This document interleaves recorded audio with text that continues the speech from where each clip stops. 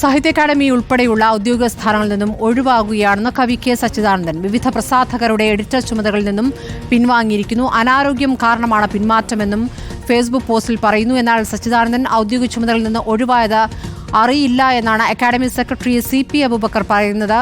Jason ചാമോളപ്പിൽ വിവരങ്ങളുമായി. Jason, സർക്കാരുമായി ബന്ധപ്പെട്ട പല വിഷയങ്ങളിലും സച്ചിദാനന്ദൻ പ്രതികരിച്ചിരുന്നു. ഇപ്പോൾ ഈ ഫേസ്ബുക്ക് പോസ്റ്റിൽ എന്താണ് പറയുന്നത്?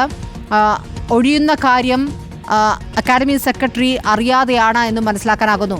എന്താണ് യഥാർത്ഥത്തിൽ ഈ ഒഴിവാക്കലിന് കാരണം?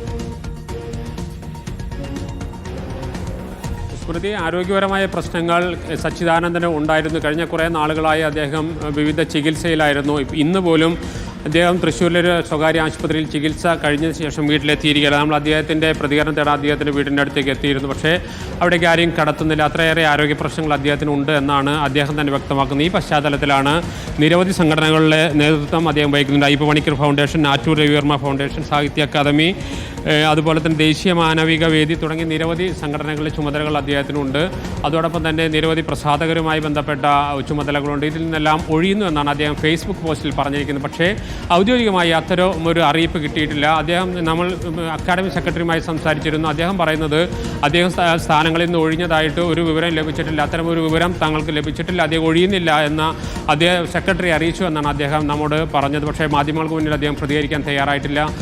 ഏതായാലും ആരോഗ്യ പ്രശ്നങ്ങൾ അദ്ദേഹത്തെ നന്നായിട്ട് അലട്ടുണ്ട്. അതിൻ്റെ പശ്ചാത്തലത്തിലാണ് പൊതുവേദികളിൽ സജീവമാകാതിരിക്കുക എന്നതാണ് അദ്ദേഹം ഉദ്ദേശിച്ചതെന്നാണ് ഫേസ്ബുക്ക് പോസ്റ്റിൽ നിന്ന് ഇപ്പോൾ മനസ്സിലാകുന്നത്. അതേസമയം അദ്ദേഹം അക്കാദമി പ്രസിഡന്റ് സ്ഥാനം ഒഴിയുന്നുണ്ടെങ്കിൽ ഔദ്യോഗികമായ രാജിക്കത്ത് നൽകണം. അത്തരം ഒരു രാജിക്കത്ത് അദ്ദേഹം നൽകിയിട്ടില്ല.